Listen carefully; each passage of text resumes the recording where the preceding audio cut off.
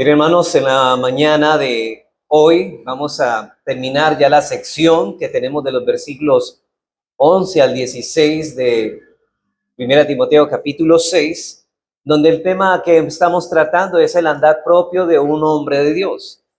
En nuestras enseñanzas anteriores decíamos que el andar de un hombre de Dios, estamos hablando de un creyente, de un hombre que ha sido transformado por la gracia, que desea vivir no para agradarse a sí mismo, sino para aquel que lo tomó por soldado, aquel que lo enfiló en la militancia del reino de Dios. Así que lo que hemos dicho de este hombre de Dios, que es por qué se conoce, qué es lo que describe a un hombre de Dios, básicamente vimos cuatro cosas, que es por medio de lo que huye. Este hombre huye de las pasiones juveniles, de la idolatría, del amor al dinero, de la falta de contentamiento, de las cosas de este mundo, pero también es conocido por aquello que persigue. Él sigue la justicia, la piedad, la fe, el amor. Él sigue también la paciencia, la mansedumbre, cualidades que nos describen conforme al carácter de Cristo. Es decir, él huye a todo lo que no se parezca al Señor y lo que es desagradable al Señor, pero él va tras todo lo que es conforme a Cristo y que es agradable a Dios. Pero también se conoce también por aquello que, por lo que pelea. Él es un hombre que lucha. El cristiano verdadero es conocido porque libra una batalla, y esa batalla le llamamos la batalla de la fe. Pelea contra el pecado que todavía permanece en él, esas inclinaciones que nos llevan a hacer lo contrario a la voluntad de Dios, pero también lucha contra el enemigo de las almas, contra el diablo que siempre está lanzando sus dardos de fuego y manifestando una desobediencia hacia Dios. Pero también con el sistema que vivimos en un mundo pecaminoso que va en contra de la voluntad de Dios. Pero además también se caracteriza porque este hombre es un hombre fiel. No solamente es leal a lo que Dios ha dicho, sino que permanece en ese huir y permanece en ese perseguir, librando esa lucha hasta que el Señor quiera llamarlo. Pero también, hermanos, el hombre de Dios no solo necesita saber qué hacer, no solamente necesita saber cómo debe hacerlo, sino que necesita saber por qué lo debe hacer. Él necesita ser motivado. Hay un móvil, algo que debe empujarlo, una razón que lo mueva a hacer lo que hace. En este caso, Pablo le está hablando a Timoteo que cumpla su mandamiento sin mancha y sin mácula. Nosotros somos llamados, hermanos, y tenemos como creyentes, como soldados de Cristo, un deber espiritual: crecer en la gracia, crecer en la santidad, crecer en la piedad. Y la pregunta es, ¿cuáles son las motivaciones? ¿Cuál es la razón para que nosotros deseemos o seamos movidos a vivir de tal manera?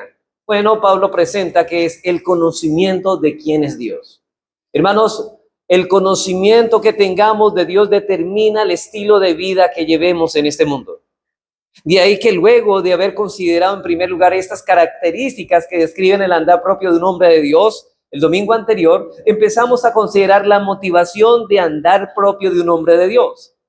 Y decíamos que la motivación para el ministerio, la motivación para cumplir nuestro deber espiritual y la solemnidad de nuestra tarea está relacionada con el conocimiento que tengamos de la naturaleza de Dios.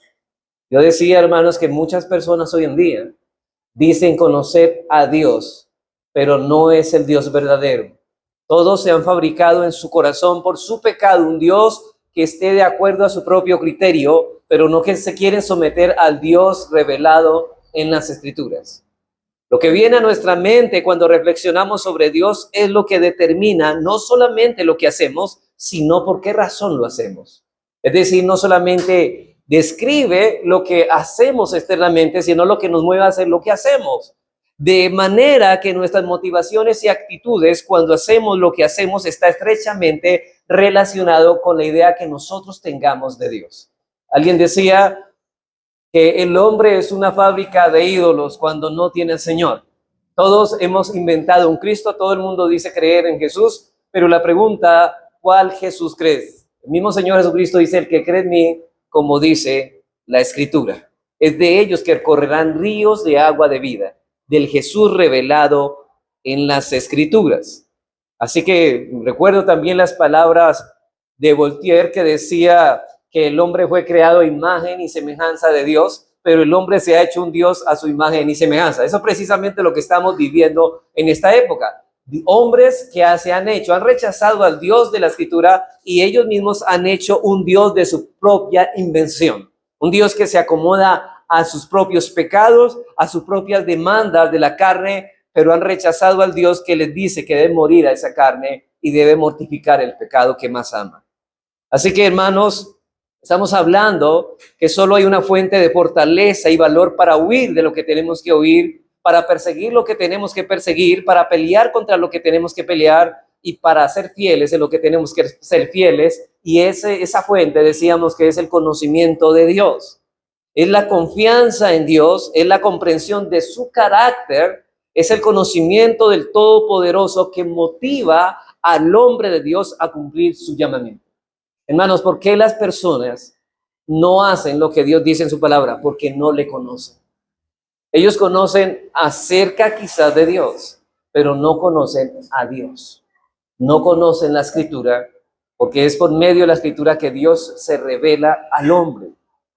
Si usted, amigo que está aquí en esta mañana, no conoce la Biblia, déjeme decirle que usted no tiene derecho a decir que conoce a Dios, porque Dios se ha revelado por medio de su palabra.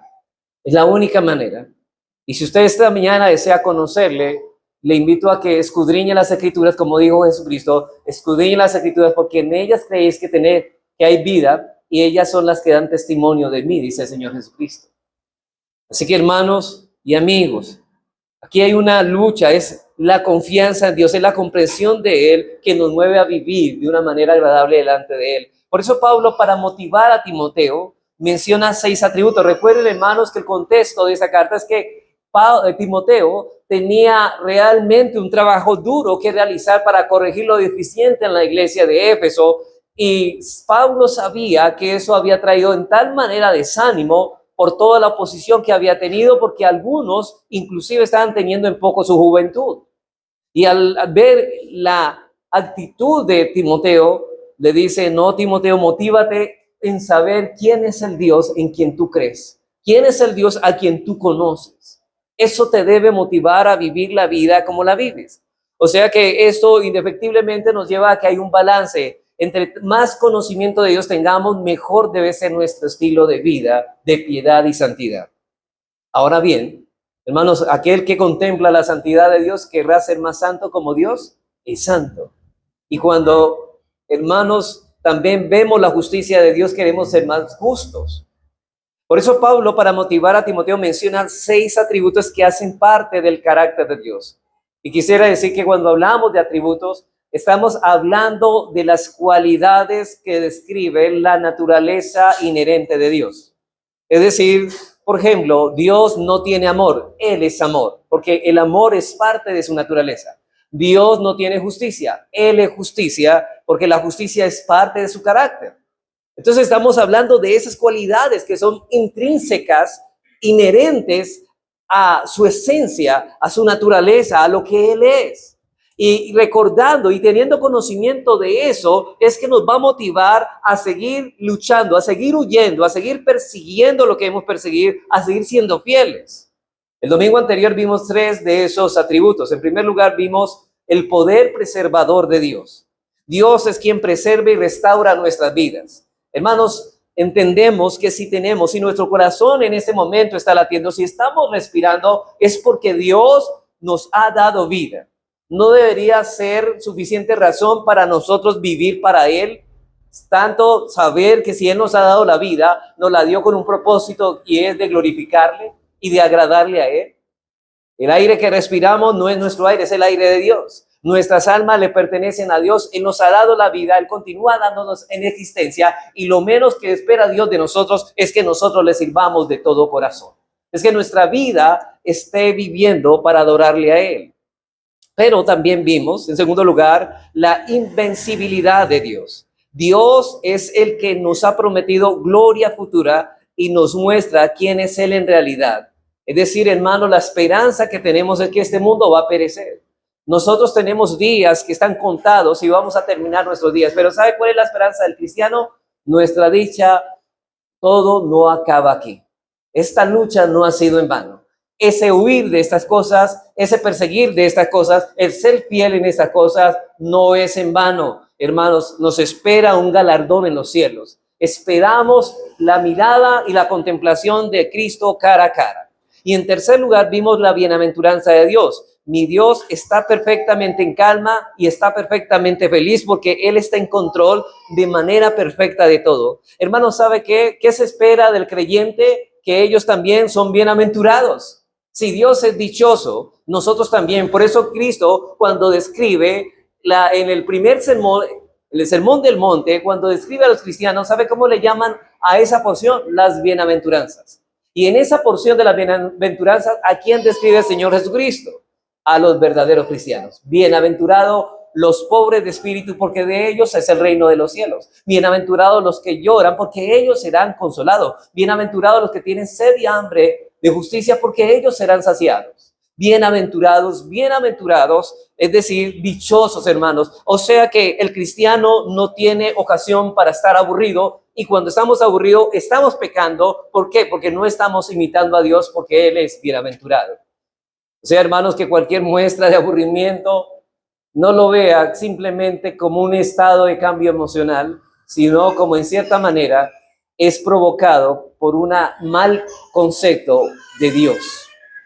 Pero Dios está dichoso, está feliz. ¿Sabe por qué? Porque Él tiene todo perfectamente bajo control.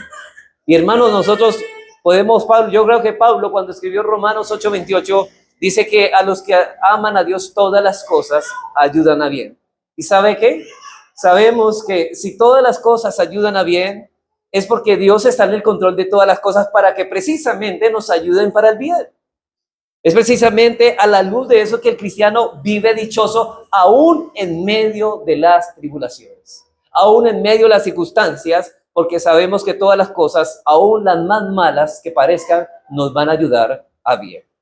Así que veamos en esta mañana, hermanos, después de ver esos 3 atributos que Pablo los utiliza para motivar a Timoteo primordialmente, pero también para nosotros en este tiempo, para motivarnos, hermanos, porque ¿qué cristiano no tiene luchas para vivir la vida que agrada a Dios? Nuestro cuarto atributo es que solo Dios es soberano. Solo Dios es soberano, versículo 15. Noten lo que dice Pablo, la cual a su tiempo mostrará el bienaventurado y solo soberano, Rey de reyes y Señor de señores. Y aquí está hablando, pasa de la bienaventuranza a la soberanía de Dios. Estamos hablando de la soberanía de Dios y Pablo dice, solo Dios es soberano. El texto griego dice así, el rey de los que están reinando y señor de los que están señoreando. Es una declaración esta tremenda. Dios es solo el soberano. El adjetivo solo muestra que el poder de Dios para gobernar, por lo tanto, solo Él es Dios, no hay otro Dios. El Dios que se nos revela en las Escrituras es el único verdadero Dios que gobierna sobre toda la creación. Hermanos, si Dios continúa sentado en tu trono, no hay cosa que ocurra en este mundo, por pequeña que sea, que no esté bajo control soberano. A una partícula más pequeña. Y yo recuerdo, hermanos, cuando hablábamos del átomo, ustedes saben que el átomo tenía una característica, y es que no se puede dividir. Era átomo, significa sin división, sin necesidad, no se puede partir, pero ¿sabían que el ser humano lo partió? ¿Pudo partir el átomo? O sea que lo impartible se hizo partible. Ahora, ¿qué quiero señalar con esto? Que Dios tenía eso bajo control. Cuando el hombre pudiera partir lo impartible, y lo partió. Pero todo está bajo control. Dios lo permitió, hermano, hasta que Dios lo señaló. Y todas las cosas suceden como Dios a sí mismo ha determinado. Algo que me gusta de la presencia de Dios, cuando hablamos de la presencia no en el término bíblico, sino en el término teológico, del conocimiento previo de las cosas de Dios. ¿Sabe por qué Dios conoce las cosas como van a ocurrir? Porque Él las decretó así como van a ocurrir.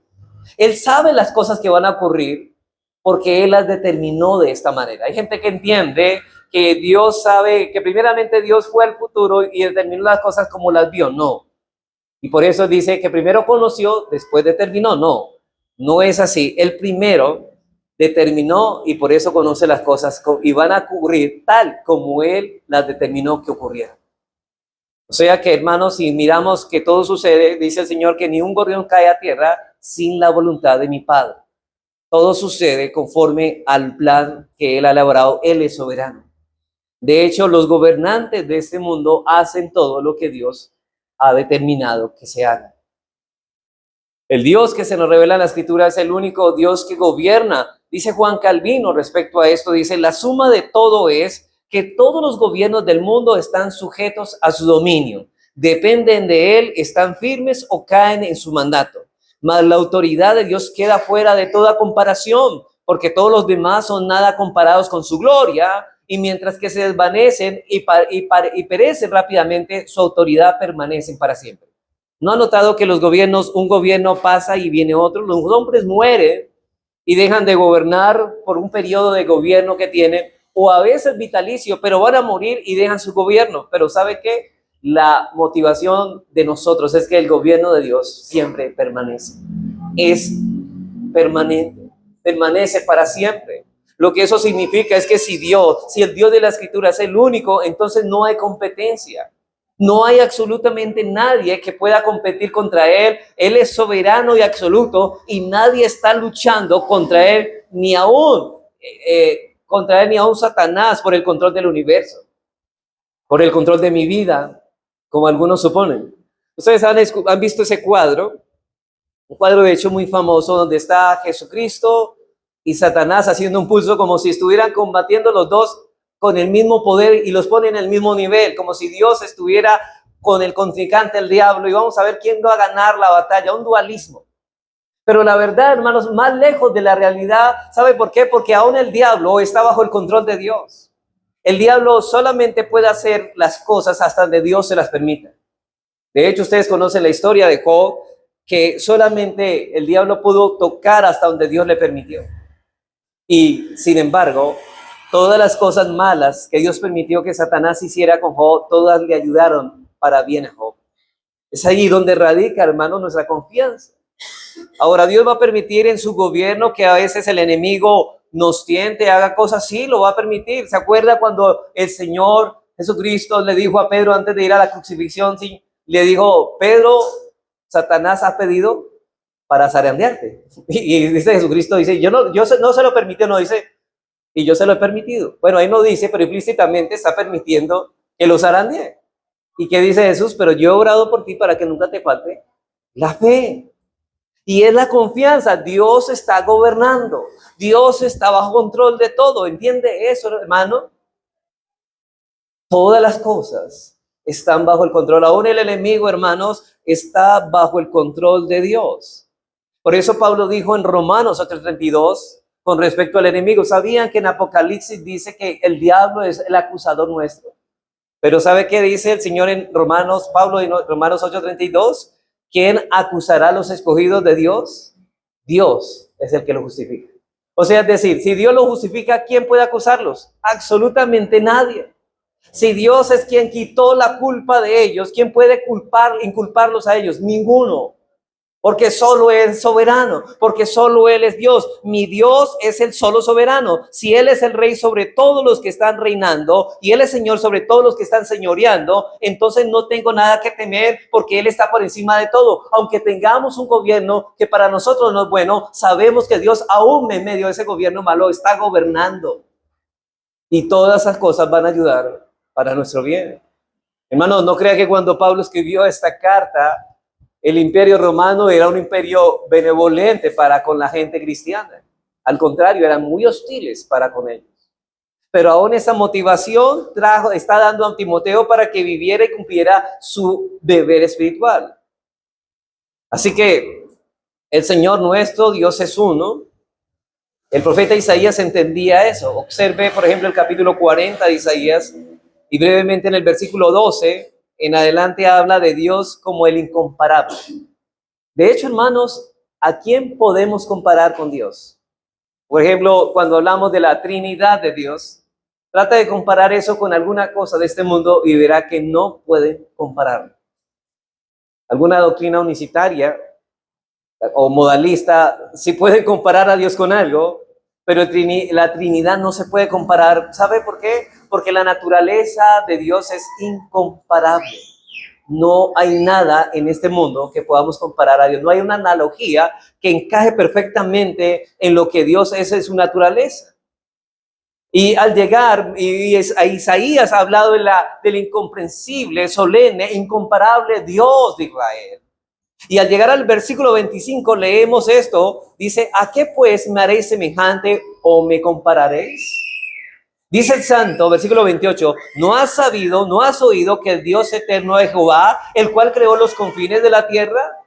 No desfallece ni se fatiga con cansancio y su entendimiento no hay quien lo alcance. ¿Cómo se llama eso? Él es incomprensible. Lo podemos conocer, sí, pero no podemos comprender. Versículo 29, Él da esfuerzo al cansado y multiplica las fuerzas al que no tiene ninguna. Noten que ese Dios que está bajo el control, que es incomparable, que no desfallece ni se fatiga, lo cual dice que su control sigue permanente, dice que Él es quien da fuerzas al que está cansado. El único Dios verdadero da fortaleza a aquellos que son débiles. ¿Se recuerdan en 2 de Corintios 12:12 cuando Pablo hablaba de que se le permitió que un mensajero de Satanás lo golpeara? ¿Quién estaba bajo control? Dios. Y cuando oró 3 veces que lo quitara de él, Dios le dijo, bástate con mi gracia porque mi poder se perfecciona en tu debilidad. Así que cuando Pablo dice que cuando débil soy fuerte, en su soberanía Dios lo hizo fuerte. En el control de ese Dios incomparable, Pablo era fuerte. Porque él entendía lo que Dios quería para él en su control universal. El único Dios verdadero da fortaleza a aquellos que son débiles. Y es maravilloso, hermanos, que en Isaías 44:6 dice, así dice el Rey de Israel y su Redentor, Jehová de los ejércitos. Yo soy el primero y yo soy el postrero y fuera de mí no hay Dios, no hay quien gobierne. El único Dios, eso es lo que significa. Ahora, la palabra soberano es traducida del griego dunastes. ¿Le parece familiar dunastes? Es del grupo de las palabras que conocemos como dunameo, donde viene la palabra dunamis. ¿Se acuerdan lo que Pablo dijo del evangelio? Porque no me avergüenzo del evangelio porque es poder de Dios. Dunamis significa dinamita, poder. Y es decir, Dios es poderoso. Y se refiere a uno que tiene el poder que reside de manera inherente, no un poder delegado, sí, porque los gobernantes gobiernan, valga la redundancia, con un poder delegado ¿de quién? De Dios. Pero el gobierno de Dios, el poder con que Dios gobierna es parte de su ser.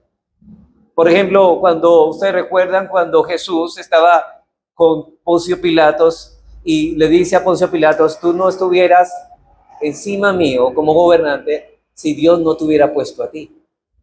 Dios te puso allí como gobernante, porque Él quiso así. Pero sépase que este gobierno que tienes, Pilatos, te ha sido delegado por mi Padre. Pero el gobierno de Dios no ha sido delegado. Él es el único que de manera inherente tiene poder. Él tiene poder absoluto. No hay nadie más quien compita con Él. Y quizá alguien pueda preguntarse, bueno, ¿qué hay acerca de Satanás? Bueno, Satanás ni siquiera se acerca a estar a su nivel. Él creó a Satanás. Bueno, él creó a Luzbel y él se hizo Satanás. Él expulsó a Satanás del cielo y él ha sentenciado a Satanás al infierno eterno. Y Satanás no es un problema en el sentido de que no tiene fuerza alguna para vencer a Dios. Recuerden, hermanos, el endemoniado Gadareno, ¿no? Una legión de demonios y Jesús viene como el Hijo de Dios. ¿Y qué dicen estos demonios, esta legión? ¿Has venido a atormentarnos antes de tiempo? ¿Y qué estaba diciendo? Ellos, los demonios y el diablo sabe que le espera un día en el cual esa sentencia está dictaminada por Dios. Ellos saben eso. O sea que ellos están bajo el control soberano de Dios. Ellos no están fuera de ese control. Nosotros no tenemos que echar fuera al demonio porque está bajo el control de Dios. Nuestra vida está bajo el control de Dios. Así que usted no va a encontrar ningún cristiano endemoniado, hermanos, porque Dios está en control. Ahora, la palabra soberano es traducida por eso, por ese poder. Pero la pregunta, y el diablo es sentenciado, pero no es problema, hermanos, en el sentido de que no tiene fuerza alguna para vencer a Dios. Y en Deuteronomios 4:35, Dios mismo le dice a Moisés, A ti te fue mostrado para que supieses que Jehová es Dios y no hay otro fuera de él.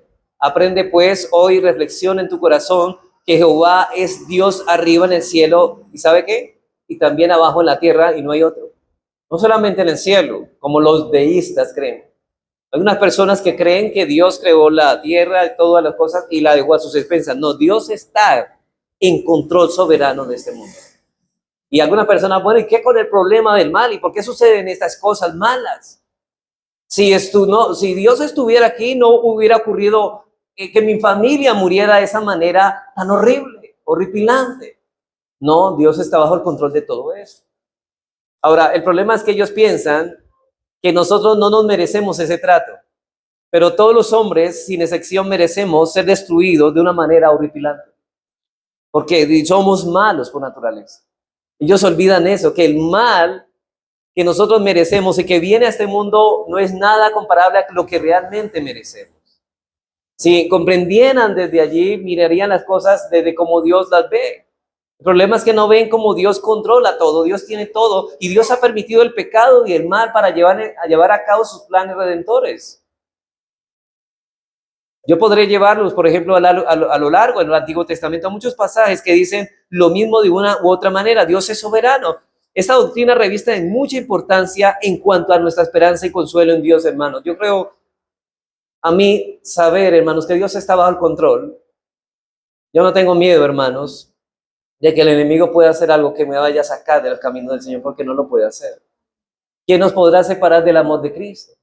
Tristeza, hombre, de humedez, y el Pablo dice, si hubiera otra cosa, ángeles o demonios, nada nos podrá separar de su amor. ¿Por qué? Porque todo está bajo el control de Dios.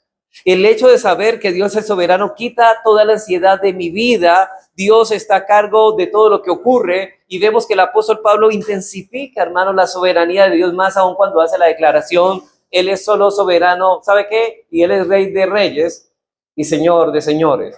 Rey de los que están reinando y Señor de los que están señoreando. Por cierto, esos títulos son dados a Dios en el Antiguo Testamento, aunque esos títulos describen a Jesucristo, porque Él es llamado Rey de Reyes y Señor de Señores, por ejemplo en Apocalipsis 17:14 y Apocalipsis 19:16, pero en el Antiguo Testamento Dios Padre es también llamado con esos términos.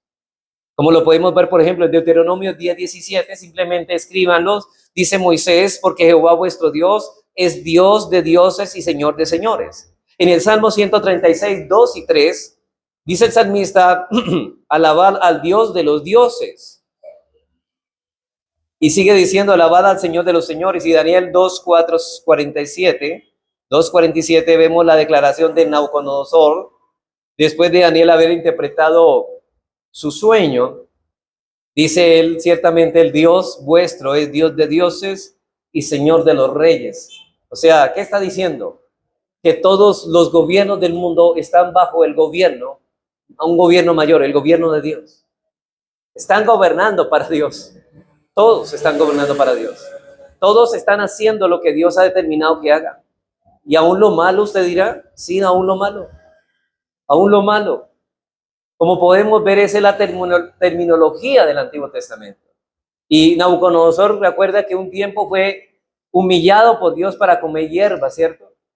¿Y sabe qué? Él entendió de que él se jactaba de su imperio, oh, cuánto has conquistado Nabucodonosor, decía él, pero Dios tuvo que humillarlo y darse cuenta que quien gobernaba todo y quien quita reyes y pone reyes es Dios. Y es probable, hermanos, que Pablo usara este título como una reputación consciente a la adoración del emperador. Y aquí hay algo importante. En el contexto del tiempo, a los césares se les llamaba señores. Se les llamaba señores. Y recuerden que Pablo, como Timoteo en su época, estaban bajo el gobierno del Imperio Romano. De hecho, algo interesante es que había una religión que estaba creciendo en adoración a los césares después de la muerte de ellos, una especie de inmortalización de ellos, estaban convirtiéndolos en dioses después de que morían.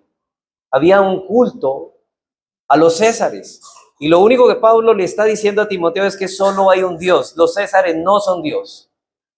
Pero hermanos, déjeme señalarle algo en nuestro tiempo. Parece que la filosofía de nuestra época está apuntando a eso. ¿Cuántas personas, hermanos, qué es adoración? Bueno, alguna persona piensa que solamente es un acto religioso en el cual ofrecemos cánticos, palabras de gratitud a alguien, pero déjeme decirle que también es nuestro objeto de dependencia y confianza. O cuando esperamos en algo. ¿Y cuántas personas han convertido el gobierno en una especie de estatismo? Es decir, han convertido al gobierno en su Dios. Hay personas que esperan que venga un gobernante para sacarlo de la pobreza y de la miseria y decir, ¿cuándo vendrá un gobernante que nos saque de esta situación? ¿Sabe qué? Eso es idolatría. Eso es idolatría.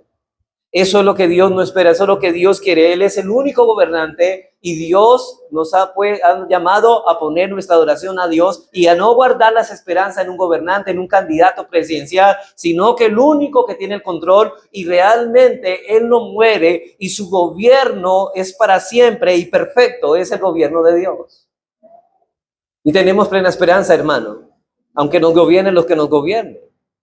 Ahora, yo creo que si tenía razones de alguien quejarse del gobierno de turno, ese era Timoteo y Pablo.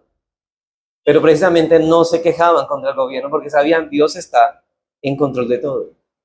Eso deberíamos pensar los cristianos de ahora. No insultando a los demás porque no están de acuerdo conmigo. De hecho, algo interesante es esto, hermanos. Así que esto parece ser una reputación consciente a la secta de la adoración. Por cierto, esta fue la causa principal de la persecución de Roma contra los cristianos. ¿Sabe por qué? Porque ellos no querían depender del Estado ni del César. Por eso es que usted ve a personas dependiendo subsidios. Necesitamos que el gobierno nos mantenga, porque guardan su esperanza en el gobierno, su dependencia en ellos. Pero el negarse a adorar al César se consideraba en ese tiempo un acto de traición. Y para contrarrestar esto, Pablo insiste, solo Dios es soberano, por tanto, Él solo debe recibir adoración. ¿Sabe por qué muchos cristianos fueron martirizados en el tiempo del Imperio Romano? Porque se negaron a reconocer a César como Dios. Dijeron, no, César no es Dios. Y de hecho, indefectiblemente, cuando alguien decía que Cristo, profesaba que Cristo es el Señor, de una manera estaba diciendo, César no es Dios para nosotros. Y eso les costó la vida, hermanos. Hermanos, si algo, y de hecho por eso hablábamos que la vida es una batalla de la fe. Huimos, perseguimos, pero tras esto hay una batalla y solo los cristianos podemos ser fieles. Hermanos, si algo debe alentar nuestras vidas cristianas es saber que Dios está a cargo. Recuerde que nuestra manera de vivir la vida está determinada por el conocimiento que tengamos de Dios. Él es gobernador de toda persona. Eso nos quita el temor de todo, la preocupación y la turbación. Ya no tiene por qué controlarnos. No se preocupe si este gobierno se va a postergar para más tiempo. No se preocupe, Dios está bajo control, hermano. Uno escucha a los hermanos diciendo, uy, ¿qué tal que eso siga? No, tranquilo, Dios está bajo control. Así que la doctrina de la soberanía de Dios es la más alentadora, reconfortante de toda la escritura para todo verdadero creyente, para todo hombre de Dios. El entenderla hace desaparecer la ansiedad de la vida. Dios está a cargo. Esto debe consolarnos.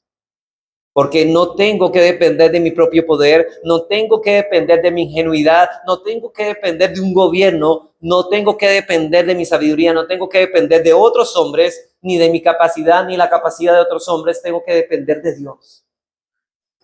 Si yo creyera que mi tarea de predicar el evangelio consiste en convencer a la gente fuera de Dios, esto me llevaría al desánimo total, hermanos.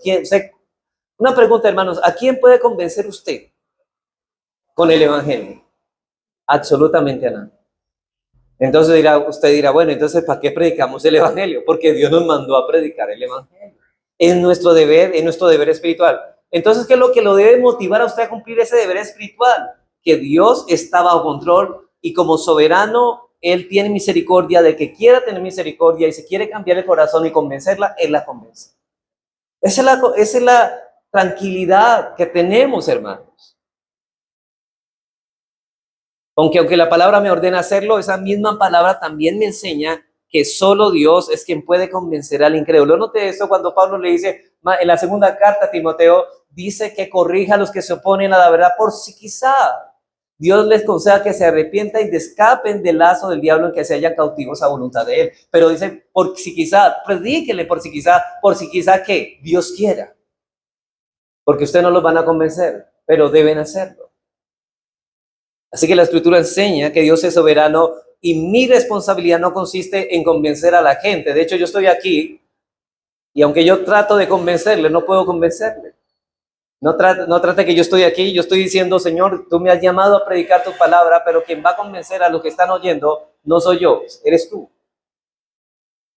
Yo no puedo cambiar la voluntad y que vengan a Cristo, sino que mi responsabilidad es entregar la palabra de Dios fielmente, y el acto soberano de Dios es un acto de gracia de redimir a aquellos a quienes Él quiere. Redimir esa palabra a quien Él quiere significa que Él es soberano. ¿Sabe qué significa soberanía?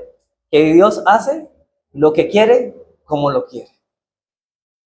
Dios está a cargo, Dios es soberano.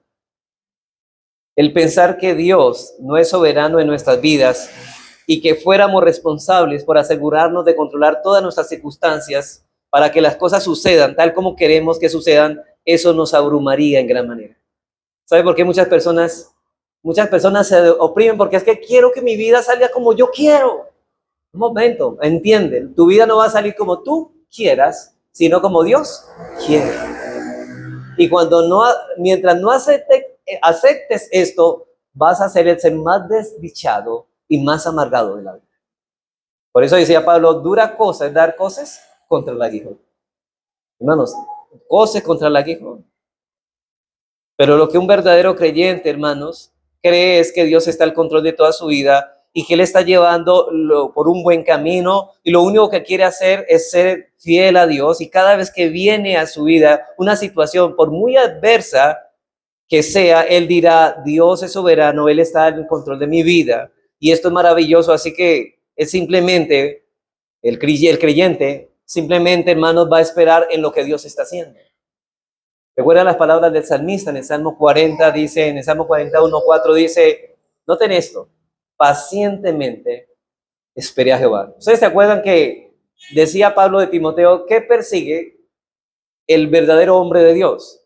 Dice que persigue la fe y el amor, pero también persigue la paciencia y la mansedumbre. La fe es la parte interna de la paciencia es lo externo. ¿Qué es lo que nos lleva a esperar en Dios? La fe.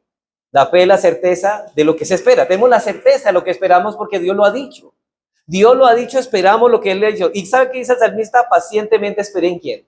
¿En el próximo presidente? ¿En mí, en lo que yo pueda hacer? ¿En mi voto? No, pacientemente esperé a Jehová y no tenía eso. Y Él se inclinó hacia mí y oyó mi clamor y me hizo sacar del pozo de la desesperación, del lodo cenagoso, puso mis pies sobre peña y enderezó mis pasos. Puso luego en mi boca cántico nuevo de alabanza a nuestro Dios. Verán esto muchos y temerán y confiarán en Él. Bienaventurado, note esto, bienaventurado el hombre que puso en Jehová su confianza. Y cuando él confía en Dios, él es ¿qué? Paciente. Porque él sabe que Dios está en control de todo. Así que así es como debes vivir, hermano. Si tú eres cristiano, si tú eres un hombre de Dios, así debes vivir.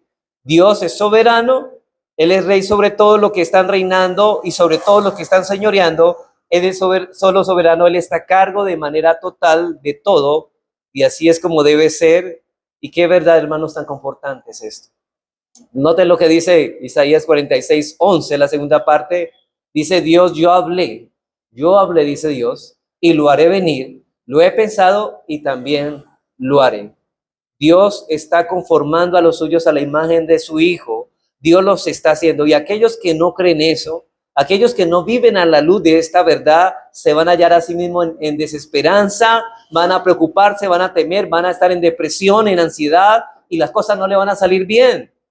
Y lo veo pasar todo el tiempo. La vida, gente, hermano, la gente está viviendo así. Personalmente creo que gran parte de la ansiedad de la iglesia cristiana, gran parte de su preocupación constante con la consejería, y que todo el mundo quiere que su problema se resuelva instantáneamente, es porque no están confiando en Dios. Es por causa de no entender quién está en control. Eso nos preocupa, hermanos. Realmente esto es el legado del arminianismo. que ha infestado a la iglesia, hermanos. Tristemente, la mayoría de los que profesan ser cristianos son arminianos. Y sabe, en el arminianismo, Dios no es quien tiene el control. Es el hombre quien tiene el control. Ellos dicen, no, la salvación yo la pierdo porque está bajo el control mío. Pero la Biblia dice, hermanos, que el creyente verdadero tiene la esperanza que el control de su salvación no está en las manos de él, sino en las manos de ¿quién? De Dios. Esa es la diferencia. Él entiende que Dios es soberano. En donde la gente, de hecho, cree que tiene que controlar todo en lugar que deje que Dios controla y haga eso. Génesis 50:20, José entendió esto. Note lo que dice, como se recuerda en la declaración de José, vosotros pensasteis mal. ¿Se acuerda que los hermanos lo querían matar, pero terminaron vendiendo a unos madianitas como esclavo? Dice, vosotros pensasteis mal contra mí, mas Dios lo encaminó a bien. Dios encaminó el mal que ellos pensaron hacerme, lo encaminó a bien para hacer lo que vemos hoy, para mantener en vida a mucho pueblo. Había un plan de Dios. Y se hizo lo que Dios había establecido, aún usando el mal de sus criaturas. Así que la valentía en el deber espiritual, la disposición a enfrentar cualquier peligro no está dispuesto a hacer concesiones, hermano. La valentía en la causa de Cristo está basada en el conocimiento que tengamos de Dios. Cuando una persona usted la vea aburrida, abrumada, y pastor, yo no sé qué pasa en mi vida, y está desconsolada, hermanos, es una falsa, o más bien una falta de un concepto adecuado de quién es Dios. Si usted cree en el poder preservador de Dios, si usted cree en el plan de Dios prometido, si usted cree que en Dios, en medio de todo, Dios está totalmente feliz y calmado y contento, si usted cree que Dios es soberano y controla todo, entonces usted puede vivir la vida cristiana con todo su corazón. Y esa es la razón por la que esta doxología es tan maravillosa aquí, porque Pablo quiere que Timoteo conozca al Dios que está sirviendo. Y en quinto atributo, hermanos, el quinto atributo, vamos a ver la eternidad de Dios. Versículo 16. El único que tiene inmortalidad, dice Pablo. El apóstol Pablo se esfuerza en demostrar que no hay dicha, ni dignidad, ni grandeza, ni vida fuera de Dios. Por consiguiente, él ahora afirma que solo Dios es inmortal. ¿Qué significa que Dios es inmortal? Bueno, que Dios es eterno, o como algunos teólogos prefieren llamarlo, la eternidad de Dios. Él trasciende al tiempo. Es decir, Él no está circunscrito en el tiempo. Para Él no existe pasado ni futuro. Para Él no existe el tiempo. Aunque Él llena el tiempo no lo limita a Él. No está circunscrito. Por el contrario, sus criaturas existen en el tiempo. De hecho, nosotros, lo que nos hace criaturas es que siempre vamos a existir dentro del tiempo, pero Dios existe fuera del tiempo. Entonces, hermanos, en la época en que Pablo escribió esta carta, en la religión del emperador era popular la creencia de tratar a los emperadores romanos muertos como si fueran inmortales. Pero solo Dios es inmortal. Y aquí es necesario señalar, hermanos, que esto no debe ser confundido con existencia sin fin.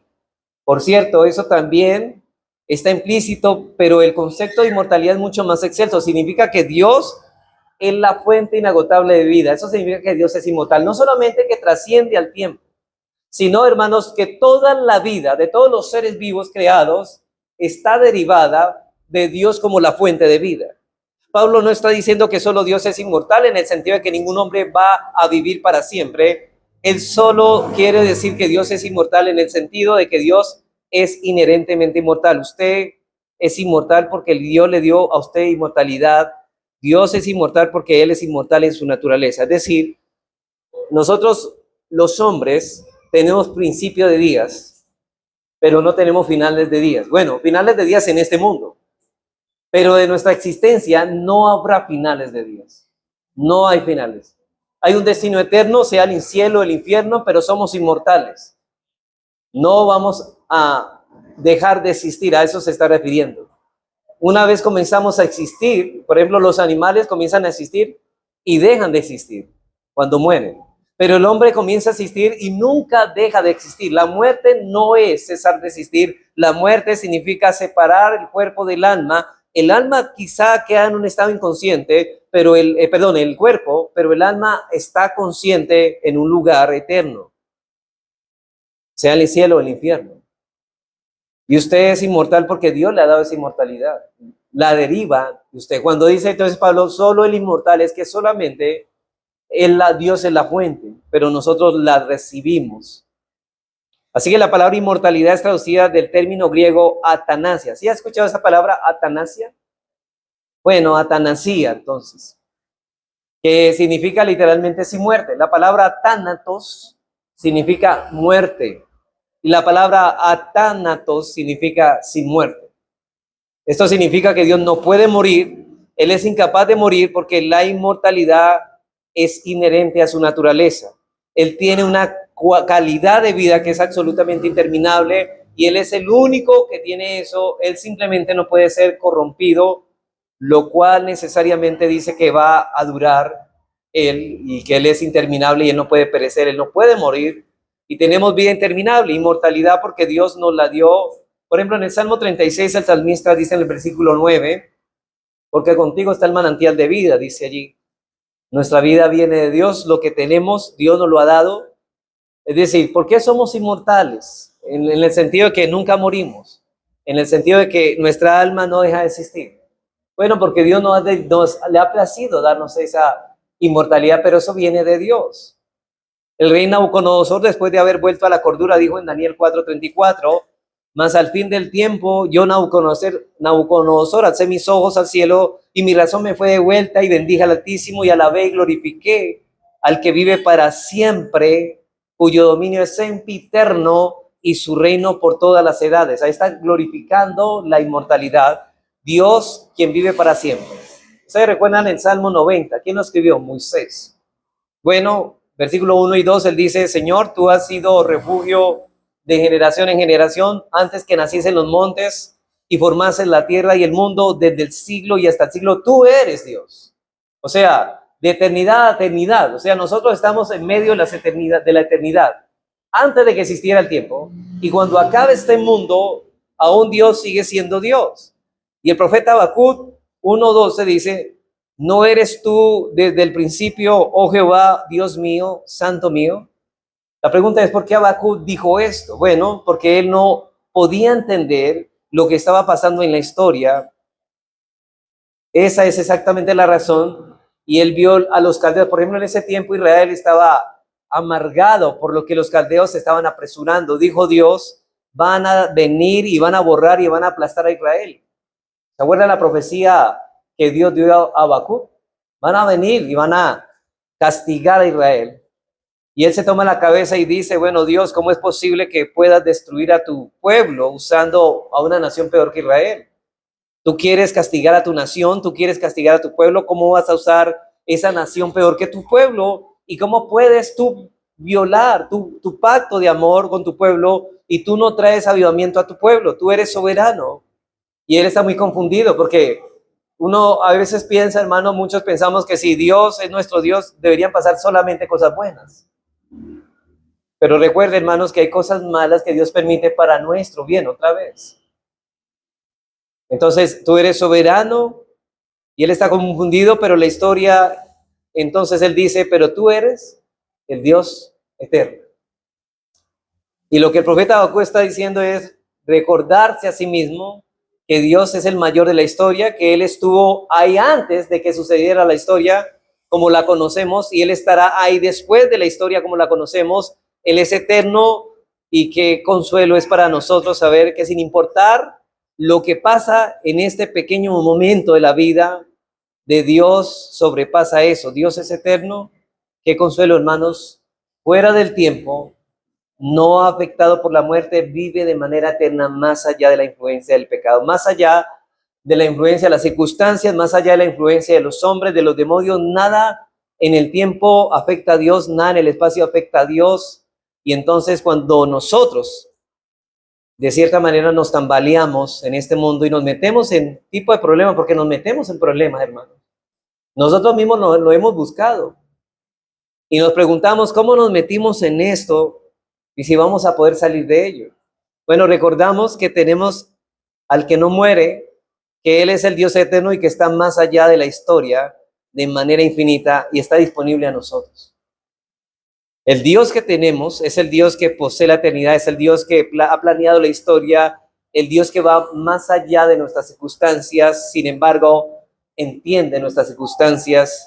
Y yo creo que, hermanos, deberían preguntarnos, ¿no es maravilloso tener al Dios eterno y tener la promesa de que Dios eterno le ha dado a usted la eternidad como un regalo? Ahora, ¿qué tipo de Dios tiene usted? ¿Puede salir y cumplir con su deber espiritual?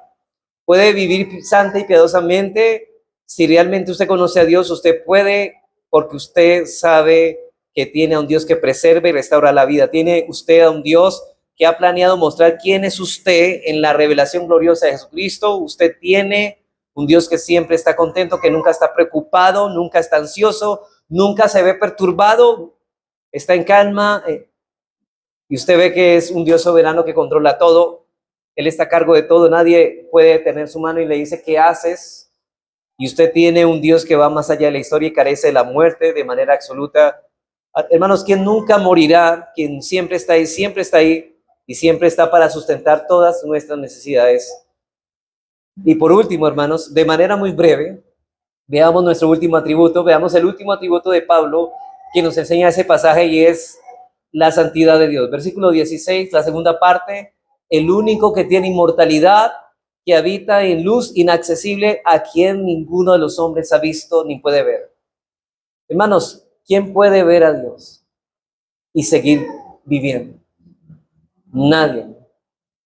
No solo Dios tiene inmortalidad, sino que escuche esto, el que habita en la luz inaccesible, a quien ningún hombre de los hombres ha visto ni puede ver. Cualquiera que intentaría acercarse a la gloria de Dios sería destruido en el acto. Noten que Dios va más allá de nosotros, no podemos llegar a Él. Él habita en la luz inaccesible, no tenemos acceso a Él. Por eso Martín Lutero dijo esto, el Dios oculto, si no se hubiera revelado a sí mismo y salido de su santa morada, el hombre no habría tenido conocimiento de Él. No es el hombre, hermanos, quien encontró a Dios. Es Dios quien se reveló al hombre. No es el hombre que fue a la oscuridad y encontró a Dios. No, es Dios quien se reveló al hombre desde la oscuridad. Y en cierta manera esto nos recuerda al Salmo 104:2, en donde el salmista dice de Dios, dice, el que se cubre de luz como de vestidura, que extiende los cielos como una cortina. Dios se cubre a sí mismo como una luz de vestidura. Él es la gloria refulgente. ¿Me explico, hermanos? Por ejemplo, sabemos que Dios es conocido a través de lo creado. Dice que Pablo dice que los hombres no tienen excusa de no haber conocido a Dios, pues las cosas hechas, las cosas manifiestan que Él existe, todo lo que Él ha hecho está hablando de Él, su conciencia misma, cuando le acusa, le está diciendo que hay un juez supremo en el cual usted algún día tendrá que rendir cuentas. Y usted cree que hay un ser supremo, la complejidad del mundo le dice que hay un ser inteligente que creó todas las cosas y puso las leyes de la gravitación, la ley de la termodinámica, todas las leyes son puestas por Dios, la ley moral es puesta por Dios. Y usted sabe todo esto porque Dios se lo ha revelado a usted de manera natural. Así que Él corre el telón y le da a conocer. Así que el hombre no tiene excusas. Y en Éxodo, en Moisés, cuando Moisés en los capítulos 33 y 34 vio el brillo de la Chequiná de Dios, dice, ¿ustedes se acuerdan cuando Él dijo, se acuerda que se metió en una hendidura de una piedra y dijo, Señor, muéstrame tu gloria? Bueno, Dios le permitió ver un vistazo de la gloria y después de eso le dijo en Éxodo 33:20, note lo que hizo, dijo más, no podrás ver mi rostro porque no verá al hombre y vivirá. Ningún hombre puede ver el rostro de Dios y vivir. Si usted se acercara a la plenitud de su presencia, sería consumido. ¿Se acuerda que dijo Isaías, ay de mí? Porque siendo hombre de labios inmundos, mis ojos han visto al Rey. Y lo mismo ocurrió con el tema en la transfiguración. Los discípulos que estaban allí, dice que estaban temerosos, porque el velo de carne de Cristo se había removido y Dios había mostrado su gloria. Ellos estaban temiendo. En Apocalipsis dice que cuando Cristo venga en su gloria, Él manifestará su gloria y los hombres dirán y se meterán en las cuevas, en las montañas y dicen, caer sobre nosotros montañas porque no podemos resistir la gloria de Dios. Un hombre no puede resistir la gloria de Dios, sería consumido en el acto. Así que la idea de Dios como una luz refulgente se refiere a su santidad. Dios odia el pecado. Él consume cualquier cosa que sea impía en su presencia si se acerca. Dios es un Dios santo, Dios está apartado del pecado y separado de los pecadores. Dios no peca, Dios no puede pecar, es perfección eterna. De hecho, Moisés en Éxodo 15:11 dice, ¿quién como tú, oh Jehová, entre los dioses? ¿Quién como tú, magnífico en santidad? Y esto es para que temblaran, hermanos. A veces nosotros tomamos a Dios como tan ligero, hermanos. Cuando estamos en un culto de adoración, Dios ha prometido su presencia especial y Él es santidad. Y deberíamos estar temblando. Cuando dice en Hebreos 2, dice que nosotros no nos hemos acercado al monte donde destila la ira, los rayos, la nube. No, nos hemos acercado a la Sión celestial. Y deberíamos temer más que ellos. ¿Sabe qué esto decían estos hombres cuando escucharon la voz en truenos en el Sinaí? Decía, háblanos Moisés porque nosotros nos da miedo escuchar esta voz. Y hermanos, ¿y sabe qué? Ahorita en el nuevo pacto tenemos mayor revelación y mayor presencia. Deberíamos estar temblando en ese momento. Así que existe una relación entre su gloria y santidad, glorioso en santidad, magnífico en santidad. Y en el capítulo de 1 Samuel hallamos la hermosa oración profética de Ana, versículo 2. Dice ella, no hay santo como Jehová. ¿Y qué nos dice el Señor Jesús en Mateo 5:8? Bienaventurados los limpios de corazón. ¿Sabe por qué? Porque ellos verán a Dios. Y aquí se refiere a una visión parcial. No puede ser una visión completa porque nunca podremos ver de manera plena a Dios y vivir como ya hemos dicho. 1 Corintios 13:12 dice, ahora vemos por espejo oscuramente, mas entonces le veremos cara a cara. Y usted dirá, bueno, llegará un tiempo en que le podremos ver y contemplar a Dios cara a cara. ¿Veremos su rostro? ¿Significa esto? No, no significa eso. Recuerde, aún ni en el estado de gloria podremos ver a Dios en toda su plenitud, tampoco allí.